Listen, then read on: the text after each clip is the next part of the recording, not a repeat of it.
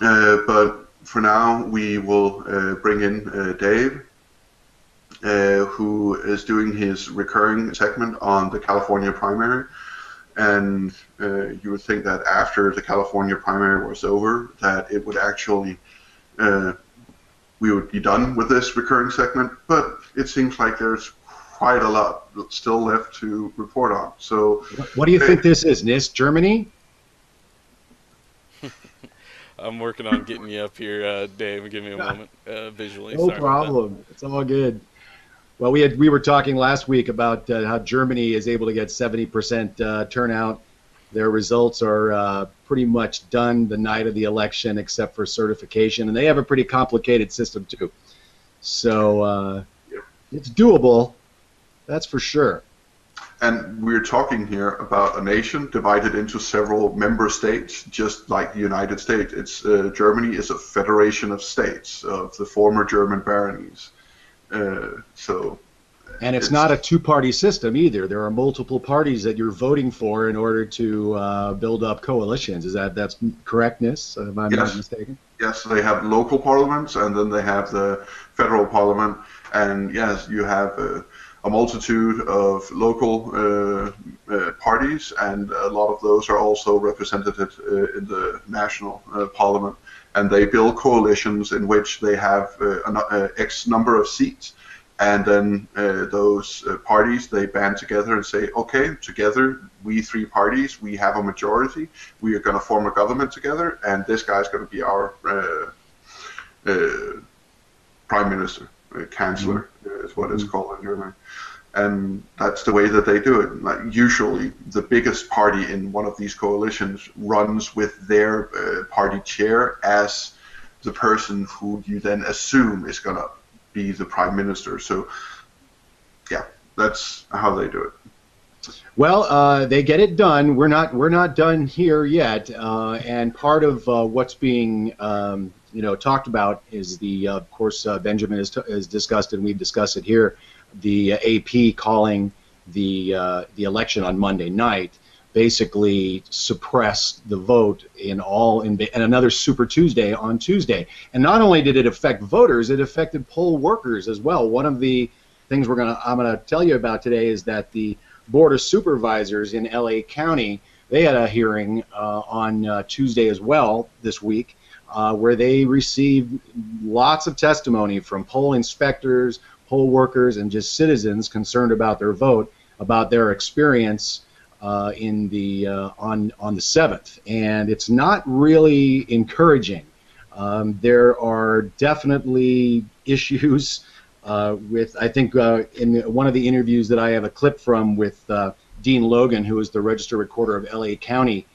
He talks about how basically the machines that we use in LA County are from 1968 that have been retrofitted and updated, and some of that isn't even, and the counting stuff downtown is just old school. But I went down on Tuesday. That's what I did. I went down to the Register Recorder, county clerk. They were going to do a run in LA County.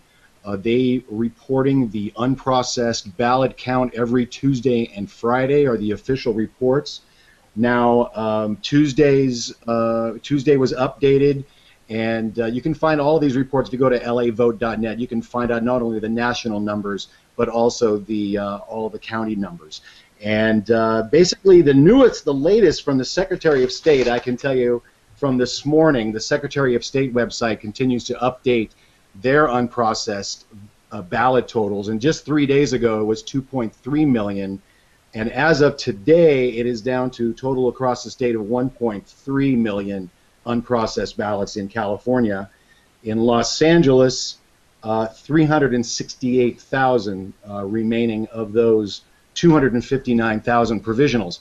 Now, provisionals were given out like candy on the 7th. If you look at the overall numbers, it seems to be about the same as they've had throughout the last few elections. There were actually larger number of provisional ballots in the general election in 2012 in California, because we had just started online registration. So that was an increase, because the more people you have registering, the more confusion there is, and the first-time voter problems. So there's a degree of voter responsibility that needs to be taken. And there were, not to say that there weren't problems. The testimony at the Board of Supervisors, and Dean Logan, if you go to his Twitter account, he's very good about keeping his account updated and letting everybody know the unprocessed ballot count, how many ballots were done within the reporting period.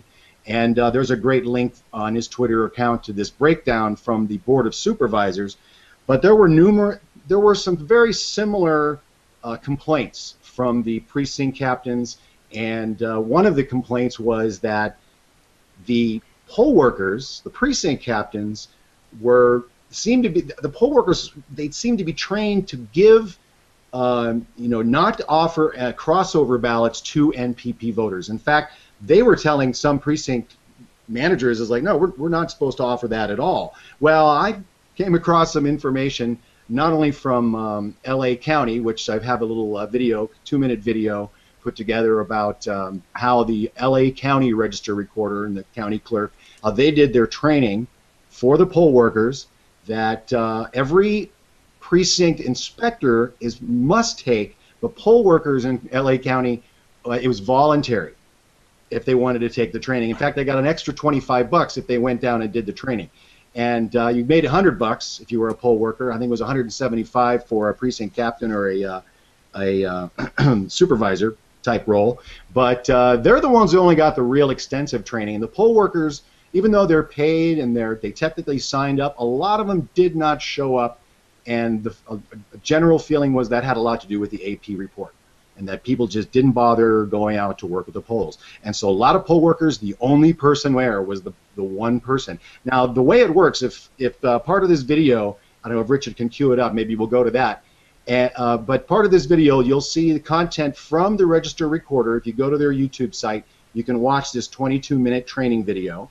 And I've just got clips from it for the NPP section and the crossover, what they're being told to do, what they should have been told to do. And then there's a little video that they did, a clip of a PSA of how they were trying to get that information out, and a little bit from Dean Logan on the training of his poll workers. And that interview is from a chap by the name of Shoot First Inc. on YouTube, and I just borrowed 30 seconds from that, but that's a really good long interview of Dean Logan. So Richard, if you've got that video, maybe we can go to that, and I'll get my notes together on some other. Yeah, so I have the LA poll worker video. Is that the one that we're? That's the one. Okay, yes, and I also got those images ready if you wanted to show those and talk about. Oh, great. We'll talk about those on the back end. All right, and so here we go.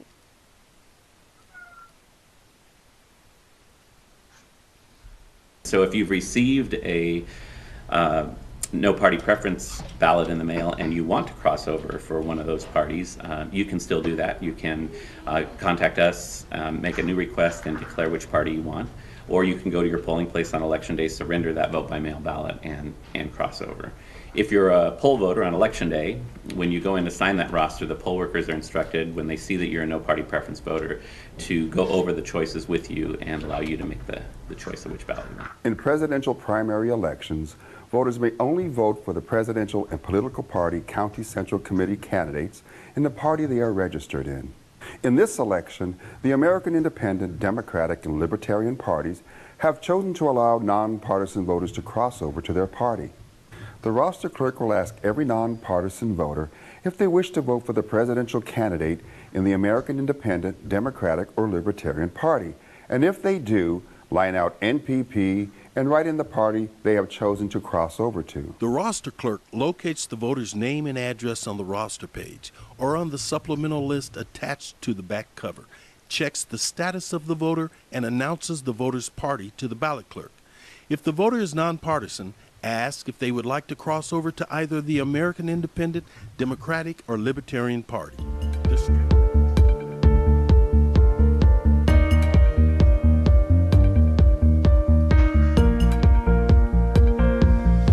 And I think think that was the meat of what you were after there, Dave. Sorry, the way we have it set up, I can't have you and the video on screen at the same time due to the current No configuration. problem, no problem. Well, that little clip just continues. That's a little PSA they created that they put out about a month before the election on crossover ballots and NPP voting, and there's no dialogue to it at all. It's just voiceover and images. So that doesn't always click with people. And there's another PSA that election official created that went up, I think, a week before.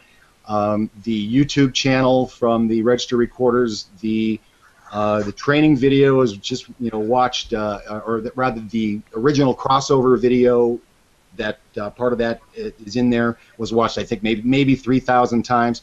So that is the training that the LA County poll workers and precinct inspectors are supposed to be getting from LA County. And as far as Dean Logan knows, that's what they're getting. And if we could bring up that first image of the LA County elections manual, I found it online, and that's it's the head page there. It's from LA County, and then it's the 2 pages that show exactly how the poll worker is supposed to deal with people who are NPP.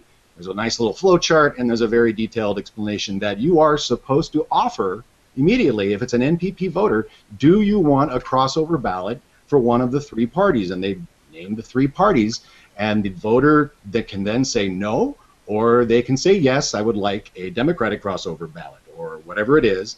And then, of course, they follow the procedures you saw in the video, where the roster worker would write down the correct party they want, and then, ballot worker, we need a Democratic crossover ballot for this person. They're like, okay. And then there's supposed to be basically 5 or 6 people doing the work in these polling places, 4,700 of them in Los Angeles. Voter turnout, record for LA County, traditionally low, about 42% in LA County, which is good for us. Now the state looks like it was pretty high. It was closer to 51%, which is pretty decent, not quite as good as 2008. But it looks like the training that the LA County workers were supposed to be getting was adequate. It's what they were supposed to be telling voters. Now, we are the largest county in the United States, largest voting block in the United States, LA County. So it's a challenge. There were many, many challenges on the day, and you can read the testimony of over 60 people that submitted it. You can probably watch. There were a number of people streaming it on Facebook from the Board of Supervisors. You can catch the testimony, but basically what it came down to is insufficient staff, scan machines that, lo and behold, don't actually count votes, but making sure your ballot it reads. That's all they were there for. The ballots are actually counted during the official canvass that night, and then for the next 30 days down at the Register Recorders in whatever county you're in. So that isn't actually counting your ballot anyway. But one of the things that came up is that if you only voted for one thing, it wouldn't read it. So you're like, oh, it's not taking my ballot, it's not taking my vote. Well, that would end up in a certain spot down in the county. And there's 5 different areas where there are folks literally looking at every ballot, opening every mail-in envelope, every provisional ballot in the state of California is counted. It has nothing to do with whether it's a close race or not. If it made it from the polling places, qualification, to the county, I felt reasonably secure that you have some conscientious people down there, lots of them, in all different areas, trying to make sure that your vote is getting cast in LA County. There's a remake section where they remake ballots that are unreadable by the machine. Some are stapled, some are torn, some are chewed up by the dog, they use a red pen, doesn't work, they have to redo it. Some of them look like a 4-year-old was handed the ballot. There's just scribbles all over it, big circle. It's crazy. Some of the actual ballots that she showed me that people expect their vote to be counted. Someone wrote out her name, address, the date, I'm voting in this election, I want to vote for this person, but there was no ballot. It was a sample ballot, but that's it. Well, the intent of the voter is there. So the person working in the county looks at that and say, okay, well, they want to vote for that person, so they made a ballot for her, for her choice in that particular race, whatever it was, and put it through. Now, these ballots that are remade, and everything down in the county of Los Angeles anyway, everything is held for a paper recount if needed. They ended machine electronic voting in after 2000, so now it's not a punch card. Rather, it is scanned. It's not a punch card. They got rid of the CHAD, is what I mean. So there's a long way to go in LA County. They are, and let's just take a look at, if we can, let's bring up the inconsistency of the training. So we noticed even in LA County, some of these workers were getting information that they were not supposed to offer crossover ballots. Well, I found that based on some independent websites that were tracking some things and getting some information from poll workers, that indeed there are counties in California that are telling their poll workers to not offer crossover ballots, and one of them is Santa Clara, up there in Silicon Valley, and page 49 of the election manual says very succinctly, do not offer crossover ballots to non-NPP voters. So there is definitely misinformation in California at the different precincts. There's 58 different counties. LA County had 4,700 precincts. The ballot boxes are actually open. It's I would suggest going to their site and watching that training video to see exactly how your vote, how your vote made it from your polling place, hopefully, to the register recorder. It's a very interesting, it's about 22 minutes. It's a very interesting watch. So the voting continues. Bernie caught up about 2 points. He's 11%. Give or take, behind now. When on election night it was 13%.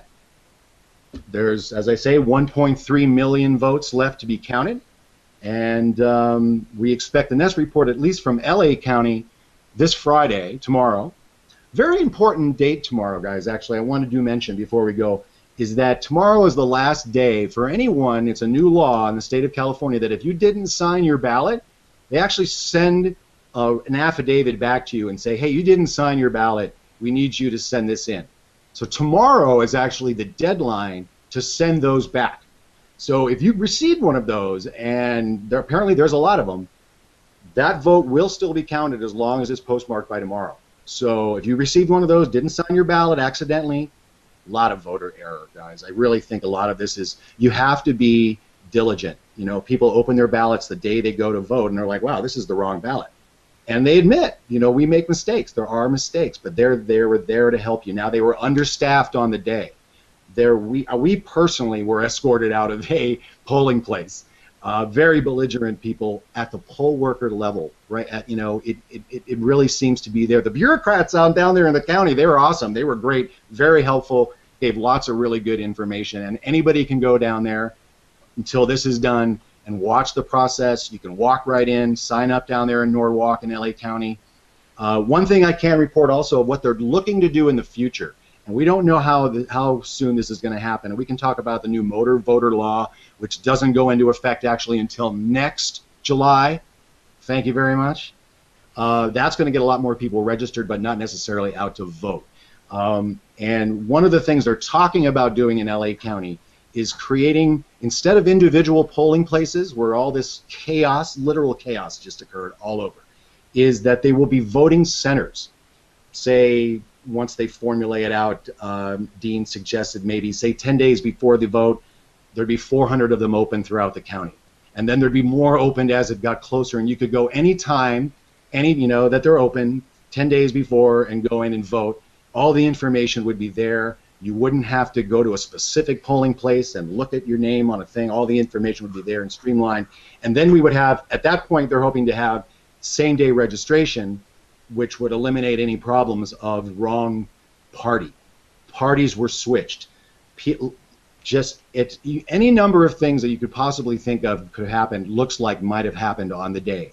A lot of it had to do with lack of staffing. I'm sure that's why a lot of provisional ballots went out, is because people were just overwhelmed and they just couldn't get to the information fast enough for people. Machines didn't start. People needed codes. So there was definitely a lack of information that could have been better. But I got to say, LA County, I think, for the size and the amount of voters, 5 million registered voters in LA County.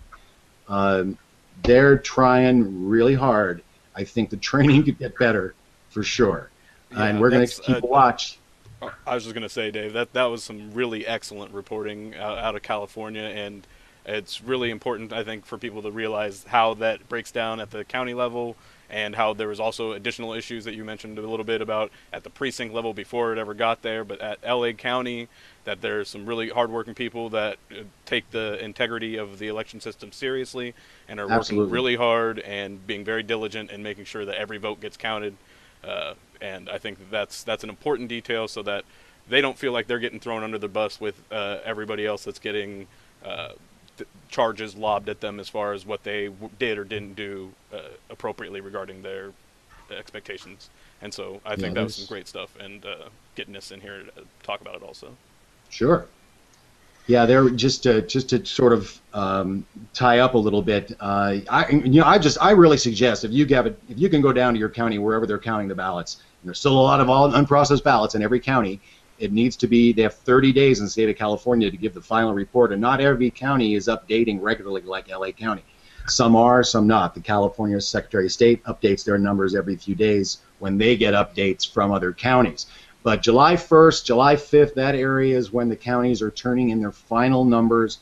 July 8th will be the certified. So we're going to keep watching it and see if the county, if the state can split. 3 counties have flipped for Bernie in this process. So we don't know if there's going to be enough, but Nis, hey man. Well, all this about having different ballots and all of these things, it must be because in Europe we're low information voters or something. Like we can't keep track of that many different ballots. We just when we turn 18, whenever it's an election year, we get a piece of paper in the mail, a piece of cardboard paper, and very sturdy. And you take this piece of cardboard paper, you put it in your inner pocket where it fits nicely, and then you walk down to your polling place that's open from 6 in the morning till like 10 in the evening, and then you hand it to an election poll worker, and that poll worker crosses you off a list and gives you the ballot that you need to vote on, and that ballot has every candidate, every political party, and if there's something on the agenda, say a referendum on the EU or whatever, then you also get that as a separate one. Then you go into a voting booth, you take a pen, and then you cross the party or the person, and then you go out and then you put it in a box, and then it gets counted by people who are representing all of the parties. They are all in the same room, standing shoulder to shoulder, counting the ballots, and it gets done within a couple of hours for each polling place. Mm-hmm. And I don't know, maybe it's because we lack the capability to process complicated systems like a two-party system with how many ballots do you have? No, every county. That's. Just to go on, what you've been talking about. Every county has a different ballot. They all look different, so there's no uniformity there. Now this year it's new that the state of California has, I think, done a marvelous thing in making basically it's a sort of runoff. It's the top 2. It's called top 2. For instance, in the Senate race, the top 2 vote getters are both Democrats, Kamala Harris and Loretta Sanchez. So those 2 Democrats will be on the ballot for senator in November. Nobody else. There will be no Republican on the ballot in California for senator from California to replace Barbara Boxer. So that's because the rest of the state has adopted this top 2 system. Now the presidential primary is completely different because the parties are involved. Your Republicans, your Greens, and Peace and Freedom are closed. Nobody could cross over. I saw ballots that were Dem or NPP. They went, hey, I want to vote in the Republican. They're like, you can do a provisional, but when they look at it, they're going to see you were an NPP, even though you were Republican for years. Somehow you ended up being NPP, and you can't vote in the Republican primary. So the parties really added another layer of complexity. You had to request the crossover ballot in advance, which might have been part of why the misinformation came down. It's like, oh, even at the polling place, they have to request it. We can't offer it. Because initially you got a postcard that said, would you like to request, if you're a mail-in ballot, mail-in voter, which is a category, you need to request a mail-in crossover ballot from one of these parties. Now, a lot of people didn't realize, especially new voters, that if they were vote by mail, which is one of the issues that came up, was that all of a sudden people are like, vote by mail? I've never been vote by mail. I didn't check that. Or I am vote by mail and I never got my ballot. There were issues with getting the registers out. The supplementals didn't make it to UCLA. So all of the new kids that registered in that district weren't on the list. So they had to vote provisionally. Now, if they made it to the county, which is questionable, apparently one of the issues is the ballots, certain types of ballots were locked up, and the provisionals and the mail-ins were just in an envelope and they weren't secure.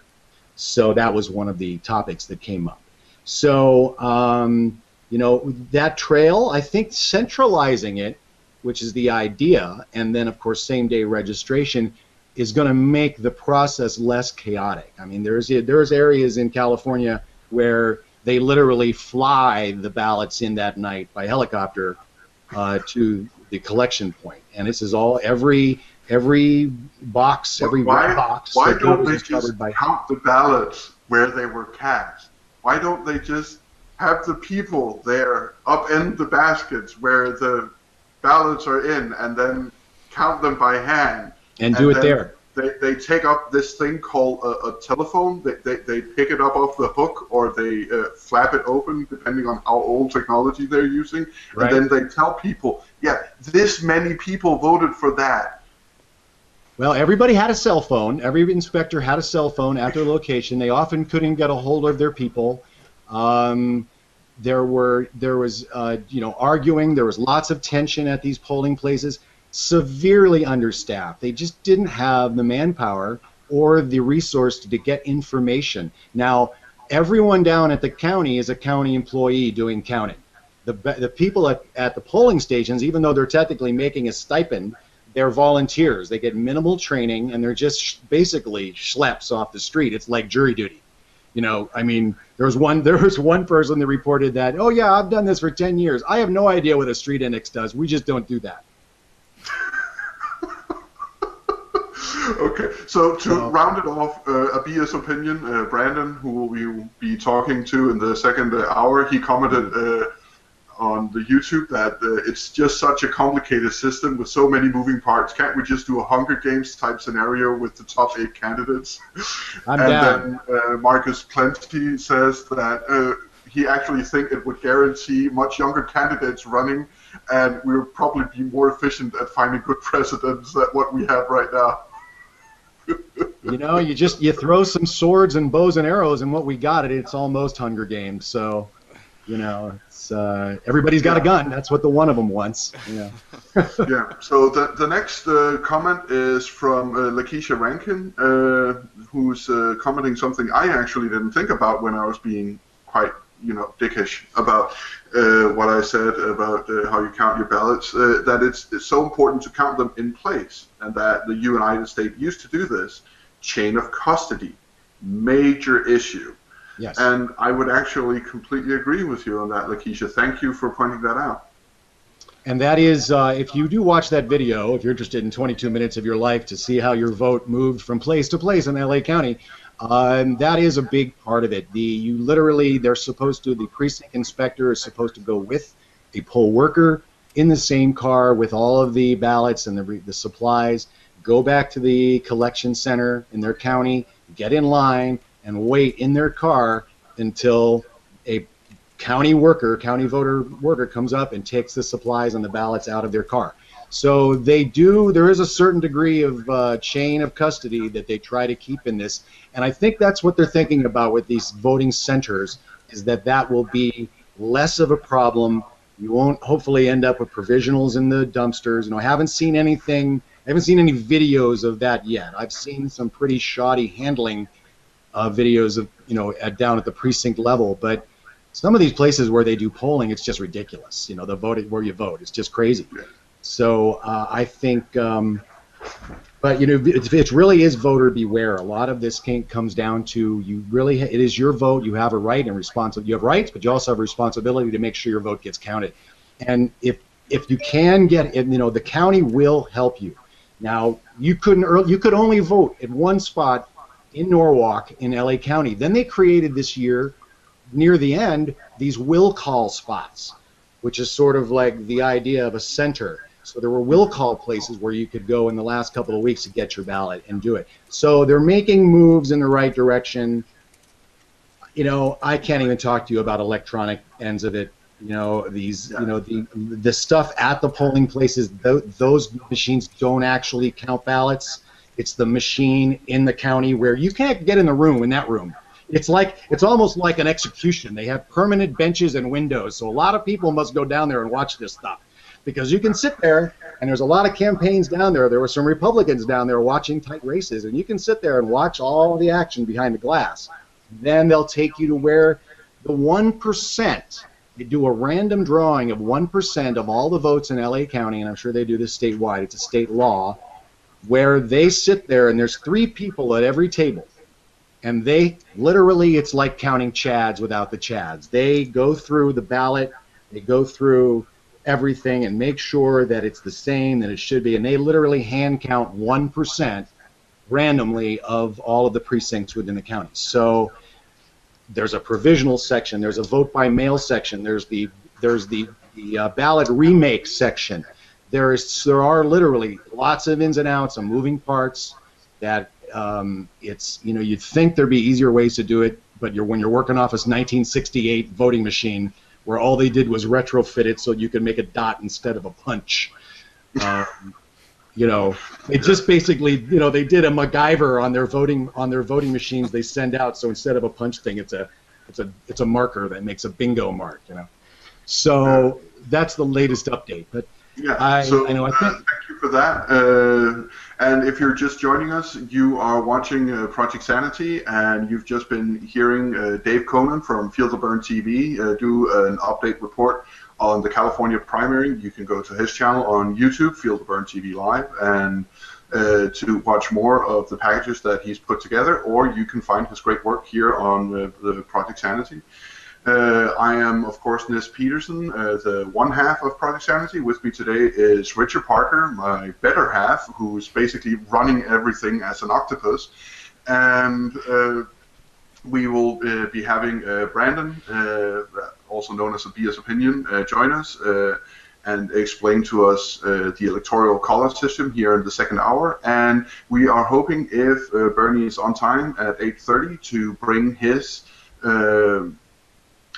address to all of his followers and the movement today.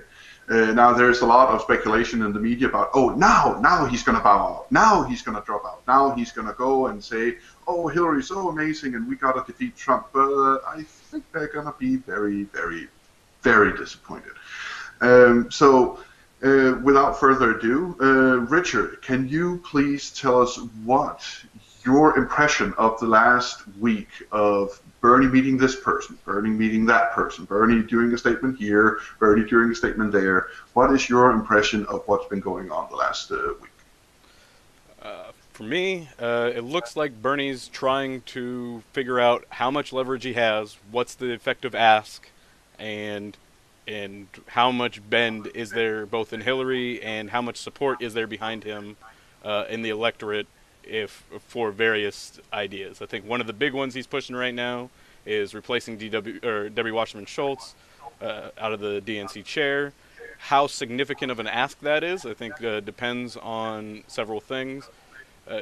As far as who would be a good role there, I know before in some of our previous meetings we had discussed, is that something Bernie would want? I don't know. I think Tulsi Gabbard would actually be a pretty good example, as that she stepped down from there to support Bernie as a result of basically feeling, in part at least, that the DNC had already made their choice, which we're going to be, depending on if Bernie comes on at 5:30 or not, we may be running short. So I know some people in chat mentioned Guccifer 2.0, and There's some questions about where that hack originated from. There's a pretty good write-up on, I want to say it was a Motherboard, I believe, or something. I think there was a link earlier that I saw in our progressive chat room, and it mentioned basically that there's a lot of signs pointing towards it being Russian hacking or intelligence agencies, and so I think with that, the DNC, in light of those, and with what's going on with that, and it looks like essentially that they were basically had already decided a month into the race that they were going to be nominating Hillary Clinton if we're to believe that those documents are true and verifiable.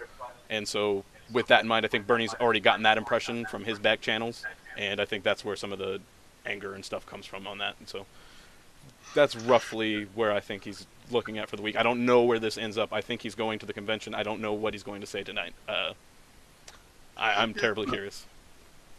I mean, on the Guccifer thing, I gotta say, like, I'm waiting for WikiLeaks to start releasing, because even though they're not a traditional news organization, they do care about vetting. So when they release what they release, I'll take a look at it and I'll try and see it into context. And of course, if there are people who want to help us grind through the enormous amount of data that they're talking about releasing, you're more than welcome to. But we, until they're released through an organization that actually has the manpower to confirm and verify the originality and sourcing of these kind of sources, I'm not going to comment on it too much. I mean, one thing I will say is that even if for example, what Richard just described is true, that Hillary had been sending mails to the DNC that were confirmed that they wanted her as their nominee and no one else, even if that was true, that is not breaking a law, because it's primary. Yeah, two things. Yeah, it's not breaking a law, but it is important to note that the DNC hasn't denied that those emails are real, or that any of the documents in there aren't true. So now, how could it be that a democratic organization would be careful about not confirming or denying something concerning emails? Now, what on earth could make them cautious concerning this? I cannot imagine. Yes, but I think one of the things that it does do is it basically makes getting rid of Debbie Wasserman Schultz at least a slam dunk, in that she was out saying that she was an impartial person. Either one of these people could win, and either one would be, when really they were already making plans, if this is to be believed, and as I mentioned, hasn't been denied by the DNC, that they had already. So Rochelle is asking, which of all of these scandals surrounding the DNC and surrounding Hillary could take down Hillary, because in her lifetime this is the worst candidate ever. But I'm afraid I have a very depressing answer for you. None. Bernie isn't saying the system is rigged for funsies.